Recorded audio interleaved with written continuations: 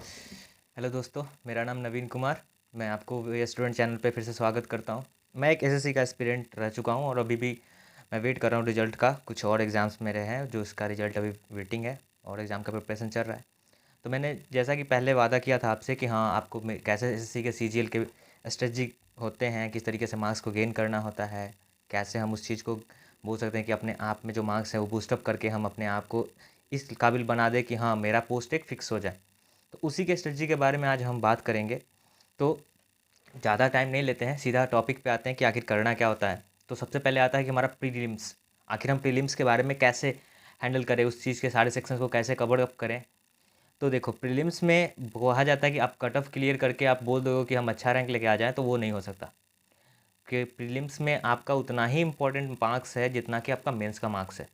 अगर किसी बंदे ने प्रीलिम्स में मान लो सिर्फ कट ऑफ क्रॉस किया और किसी ने अच्छा खासा गैप बना लिया, मान लो आपका कट ऑफ गया 147, 148, 150 के आसपास, और किसी ने स्कोर कर लिया पहले ही 190, तो 40 मार्क्स का उसके पास क्या है, गैप है, उसका वेटेज है। आप कितना भी मेहनत कर लो, मेंस में 40 मार्क्स का गैप करना किसी से बहुत ज़्यादा टफ होता है। तो उसी तरीके से हम बात करते हैं कि पहले प्रीलिम्स आखिर किस तरीके से करें ताकि प्रीलिम्स के भी मार्क्स हमारे अच्छे खासे हो जाएं। तो सेक्शन वाइज बात करेंगे। तो सबसे पहले हम बात करते हैं हमारा क्वांट का। तो क्वांट का जो सेक्शन होता है उसमें आपको प्रीलिम्स में उतना ज़्यादा टफ लेवल का क्वेश्चन नहीं है, मतलब कहने का कि मेंस लेवल का क्वेश्चन आपसे नहीं पूछा जाएगा। प्रीलिम्स में 25 क्वेश्चन हैं, जो 25 क्वेश्चन हैं उसको बस इस तरीके से कर लो कि जो आपका प्रीवियस ईयर क्वेश्चन आ रहा है, और प्रीवियस ईयर में बोलने का मतलब ये हुआ कि एक जब आपका एग्ज़ाम का टाइम हो तो सिर्फ प्रीवियस ईयर वही क्वेश्चन लगाना जो रिसेंट एग्ज़ाम आ रहा है। जैसे अभी से 3 साल पहले का या अभी से 4 साल पहले तक का, आप उतना तक सोल्व करो। उससे पहले आपके पास टाइम है ना, तो आप पूरा लगा जाओ, जो पूरा प्रीवियस ईयर क्वेश्चन बैंक आते हैं उसको बना जाओ। लेकिन अभी रिसेंट में आपको यही करना होता है कि हाँ, जो हमारा 3-4 साल का क्वेश्चन आया है उसी को आप सॉल्व करना। उससे क्या होगा कि जो नए कॉन्सेप्ट्स होते हैं ना, उन कॉन्सेप्ट के बेसिस पे आप मार्क्स को परफॉर्म कर, अपना जो परफॉर्मेंस है वो आप एग्जाम में दे सकते हो। पुराने लेवल के क्वेश्चंस आते हैं, लेकिन अभी के टाइम में ऐसा हो चुका है कि पुराने लेवल के क्वेश्चन कम आते हैं। पहले पुराने टाइम में जो लेवल था क्वेश्चन का वो इजी लेवल का था, उतना ज़्यादा टफ नहीं था। क्योंकि उस समय भी एक और प्रॉब्लम होता था कि उनके पास कंटेंट नहीं था, लेकिन अब हमारे पास हर एक टीचर है। जहाँ से भी जिस टीचर का भी आप कंटेंट ढूंढोगे यूट्यूब पे अवेलेबल है, वो सोशल मीडिया पे अवेलेबल है। तो ऐसा कोई भी क्वेश्चन नहीं अब मार्केट में बचा जो कि आपको सोल्यूशन इजीली ना मिले। तो होता ये है कि नए पैटर्न के जो क्वेश्चन आते हैं, अगर हम पुराने तरीक़ों से बनाएं तो वो बहुत ज़्यादा लेंदी चला जाएगा। तो सबसे पहले यही करना है कि जो रिसेंट क्वेश्चन आपके पास आ रहे हैं बस उस क्वेश्चन पे फोकस करो कि आखिर उसको कैसे इजीली सॉल्व करें, कम टाइम में कैसे सॉल्व करें। तो क्वांट के लिए तो ये है कि आप अभी रिसेंट टाइम का क्वेश्चन सॉल्व करो। देन आपको प्रिपरेशन कॉन्सेप्ट कहाँ चाहिए, तो कॉन्सेप्ट आपको क्लियर होना चाहिए अच्छे तरीके से। मतलब कहने का कि अगर क्वांट का प्रिपरेशन कर रहे हैं हम, तो कॉन्सेप्ट आपको बेसिक कंप्लीट होना चाहिए। प्री लेवल के लिए आपको बेसिक पूरे अच्छे तरीके से आना चाहिए। फिर अगर उतना हो जाता है, उतना बेसिक प्रिपरेशन आपका हो चुका, तो फिर आपको क्या करना है कि जो आपके कॉन्सेप्ट्स हैं उसको लगातार मेंटेन करके रखना है। और उसके लिए आपको इंपॉर्टेंट होता है कि सेट मारो। मॉक टेस्ट दोगे ना, तो उसमें जो क्वेश्चंस आएंगे उस क्वेश्चन के कॉन्सेप्ट को देखो। जो क्वेश्चन आपने बनाया ठीक है, लेकिन अगर उसको लग रहा है कि आपने इसको लेंदी कर दिया, टाइम लगा लिया ज़्यादा, तो उस कॉन्सेप्ट को चेक करो और फिर उस कॉन्सेप्ट को रिवाइज करो कि आखिर इस कॉन्सेप्ट में क्या कुछ नया तरीका था क्या जो हम भूल गए हैं। उसको रिविजन कर लोगे तो वो क्लियर हो जाएगा, आप कम टाइम में सॉल्व कर लोगे। देन आपका आता है कि भाई अब तो मॉक टेस्ट देने शुरू हो गए, कॉन्सेप्ट क्लियर हो चुका, तो फिर उसके बाद टेंशन फ्री हो जाओ इस चीज़ को लेके कि यार हमको अब दिक्कत आएगा। जनरली सब स्टूडेंट्स होते हैं, कॉन्सेप्ट क्लियर है, मॉक टेस्ट देते जा रहे हैं, बस उतना काफ़ी है। प्रैक्टिस आपको साइड बाई चलता रहेगा और कुछ करना नहीं है प्री के लिए। क्वांट में तो इतना आपके लिए बहुत है, आप 25 आउट ऑफ 25 स्कोर कर सकते हो। ठीक है, जितने आपके क्वेश्चन हैं वो सारे के सारे क्वेश्चन अटैम्प्ट कर लोगे, कोई दिक्कत नहीं आएगा। एक होता है यहाँ पे इंपॉर्टेंट पार्ट कि वो आपको मेंस में भी आपको बहुत ज़्यादा हेल्पफुल होगा और अभी भी हेल्पफुल होगा। क्यों? क्योंकि एक होता है कि आप कैलकुलेशन किस तरीके से करते हो। अगर कैलकुलेशन आप बहुत ज़्यादा धीमे करते हो, स्लो करते हो, उसमें भी आपका टाइम कंज्यूम होता है। अब के क्वेश्चन जो डीआई के आ रहे हैं ना, मेनली मैंने जहाँ तक देखा है यार, अब डीआई के क्वेश्चन को थोड़ा लेंदी किया जाता है। सीजीएल में तो खास करके वो कैलकुलेटिव करते हैं ताकि जो बच्चा है, जो एस्पिरेंट्स है, उस पर टाइम अपना स्पेंड करे। टाइम उसका जाएगा तो ऑब्वियसली वो कहीं ना कहीं क्वेश्चन किसी और क्वेश्चन को छोड़ पे आएगा। इसीलिए बोला जाता है कि कैलकुलेशन स्किल को डेवलप करो, और उसके लिए आपको टेबल्स अच्छे से याद होने चाहिए। स्क्वायर आपको एक बोल सकते हो कि 30 तक 40 तक आप जो है स्क्वायर याद कर सकते हो, याद कर लो। मिनिमम 30 तक याद कर लो, वो ज़्यादा बेनिफिशियल होगा। फिर क्यूब्स याद रखो, आप 15 तक 10 तक याद कर लोगे तो आपका अच्छा रहेगा, आपके बोल सकते हैं कैलकुलेशन स्किल में बहुत ज़्यादा हेल्प करेगा। इतना कर लोगे क्वांट में कोई दिक्कत नहीं आएगा। देन सेक्शन आता है आपका इंग्लिश का। तो इंग्लिश का लेवल जो है वो कह सकते हो कि सिर्फ एक चीज़ बढ़ाता है और वो है उसका वोकैब। अगर वोकैब आपको अच्छे तरीके से कंप्लीट है, वोकैब को आप अच्छे तरीके से बिल्डअप करके रख चुके हो ना, तो मैं मानता हूँ कि यार वो जो आपका इंग्लिश का सेक्शन आ रहा है ना, उसमें से आप मिनिमम 15 to 16 क्वेश्चन सिर्फ वोकैब्स के बेसिस पे आप कर लोगे। बाकी ग्रामर के क्वेश्चन सिर्फ 10 आएंगे। मतलब कहने का कि 10 क्वेश्चन ही ऐसे होंगे जिसपे ग्रामर का कॉन्सेप्ट होगा।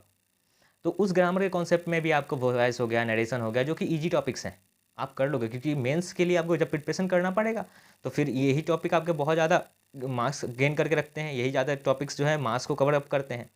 तो वॉइस नरेशन बन जाएगा। रहा कॉम्प्रिहेंसिव पार्ट का, तो वो आपको रीडिंग स्किल से डेवलप होता है। आप कुछ ना कुछ पढ़ते रहो।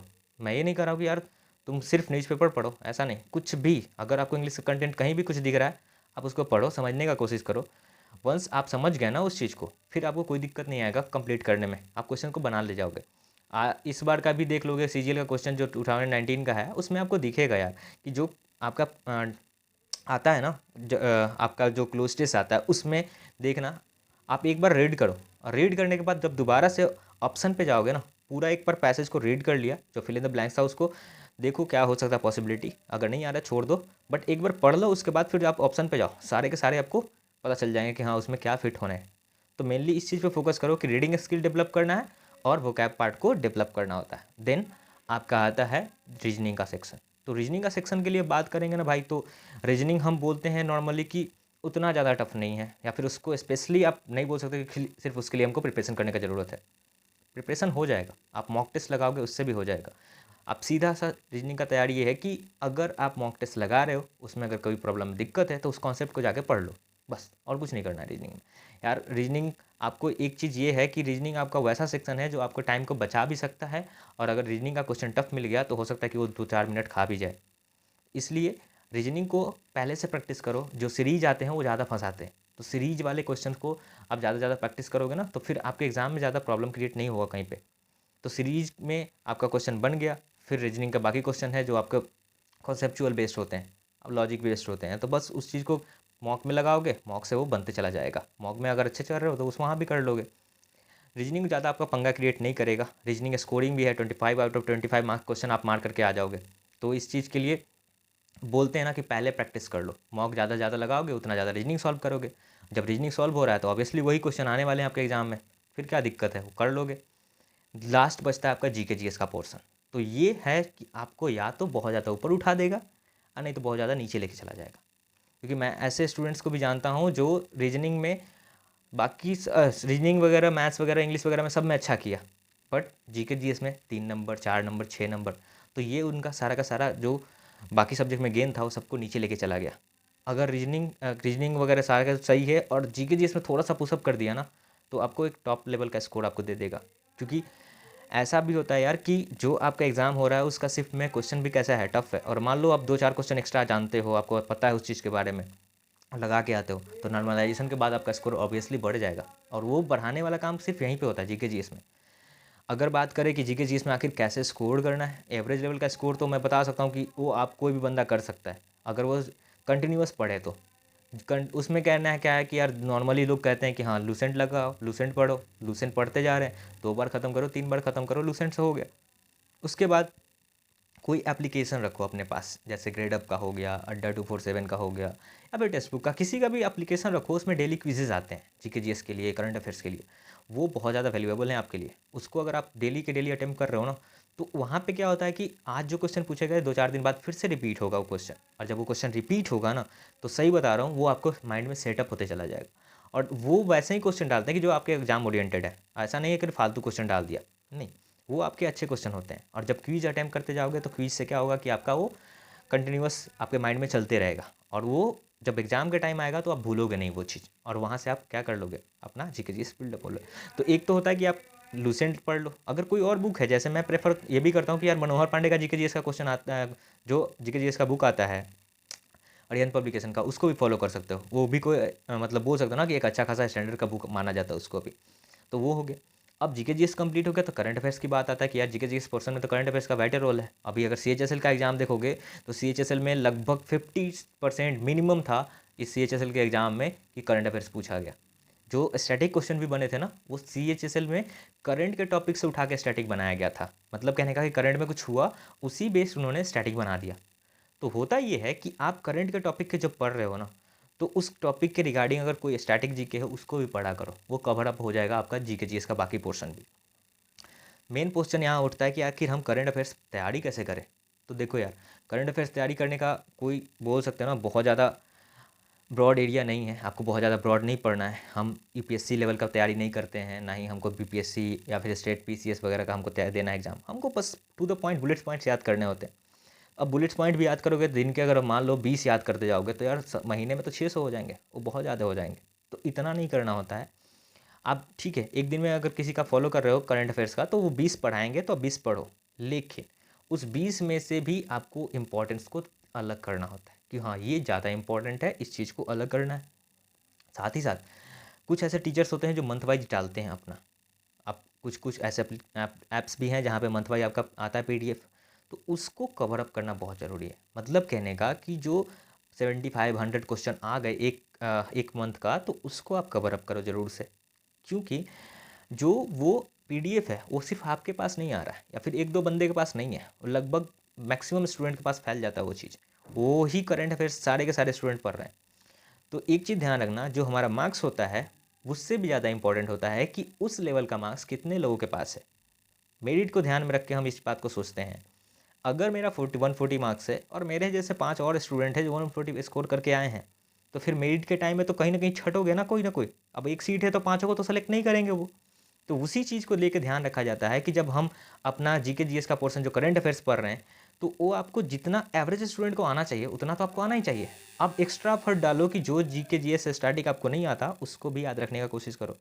वही आपको एक्स्ट्रा मार्क दिलाएगा और वही आपको मेरिट बनने में आपको हेल्प करेगा। तो ये याद रखना कि जीके जीएस में जो करंट अफेयर्स का टॉपिक है वो पढ़ने के साथ साथ उससे रिलेटेड अगर स्टैटिक का कोई टॉपिक है तो उसको भी पढ़ते जाओ। वो आप किसी भी एक टीचर का फॉलो करना शुरू करो, करंट अफेयर्स को डेली देख लो, आधा घंटा 20 मिनट चला के देख लो।